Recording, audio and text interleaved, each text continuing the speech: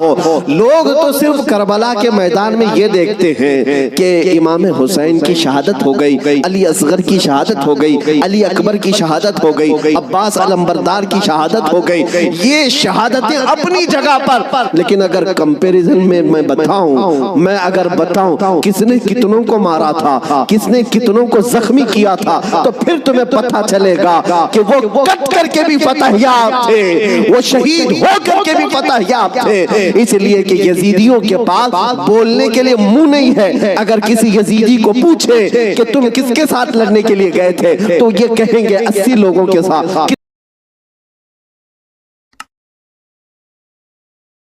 ان کے سگے بھتیجے امام قاسم نے، جانتے ہو عمر کیا تھی امام قاسم کی؟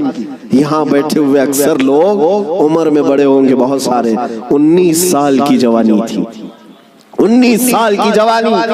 تاریخ نگاروں نے لکھا ہے امام قاسم جب گھوڑے پر بیٹھ کر کے آئے تھے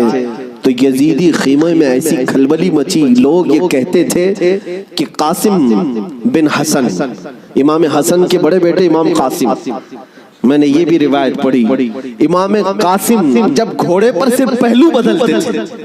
پہلو بدلنے، گھوڑے پر ادھر سے ادھر اس طرح پہلو بدلنا، تو یزیدی خیمے کے لوگ کہتے ہیں جب قاسم بن حسن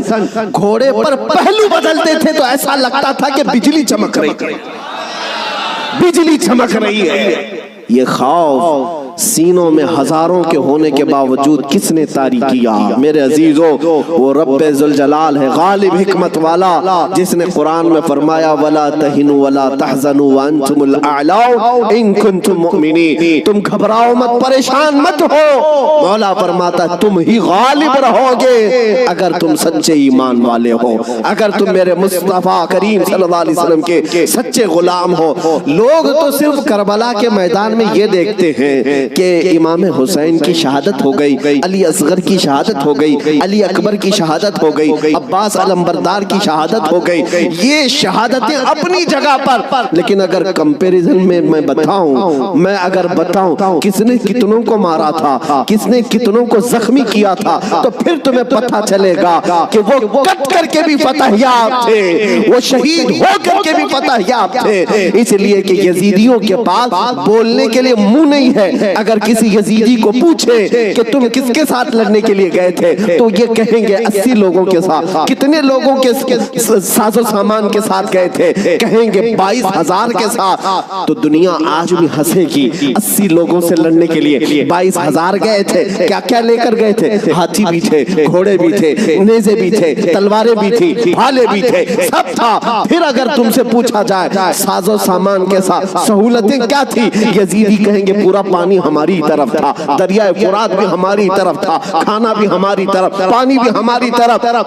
پھر دنیا پوچھے گی ادھر کے خیمے میں حسین کتنی تیاری کے ساتھ آئے تھے، تو تمہیں منہ جھکا کر کہنا پڑے گا ان کے پاس صحیح قسم کے نیزے اور تلواریں بھی نہیں تھی، اور گھوڑے اور ہاتھی اور اونٹ بھی نہیں تھے، ان کے پاس تو 3 دن کی بھوک بھی تھی، پیاس بھی، اور اس کے علاوہ ان نوجوانوں کے پاس بھوک و پیاس کی شدت کے ساتھ ساتھ ساز و سامان جنگ بھی نہیں تھا۔ تب دنیا آج بھی کہے گی بھلا اس کو جنگ کہتے ہیں، بھلا اس کو مقابلہ کہتے ہیں۔ وہ حسینی اگر تمہارے ساتھ مقابلہ نہ بھی کرتے تب بھی قیامت تک حسین کی فتح کا پرچم لہرا رہا ہوتا، لیکن آج دنیا یہ دیکھ کر کے بھی کہتی ہے چلو تخت و تاج کے مالک ہونے کو اگر آج دنیا یہ کہتی ہے، طاقت والے فتح یاب ہیں، حکومت والے فتح یاب ہیں، تخت والے فتح یاب ہیں، توجہ سے یہ بات میں آج ذمہ داری کے ساتھ کہہ رہا ہوں، کل کو اگر مجھے کوئی پھانسی پر چڑھائے، کل کو اگر مجھے کوئی گولی مارے تو یہ بات میری یاد رکھنا میرے عزیزو، ظالموں کی حکومت زیادہ دیر تک نہیں چلتی۔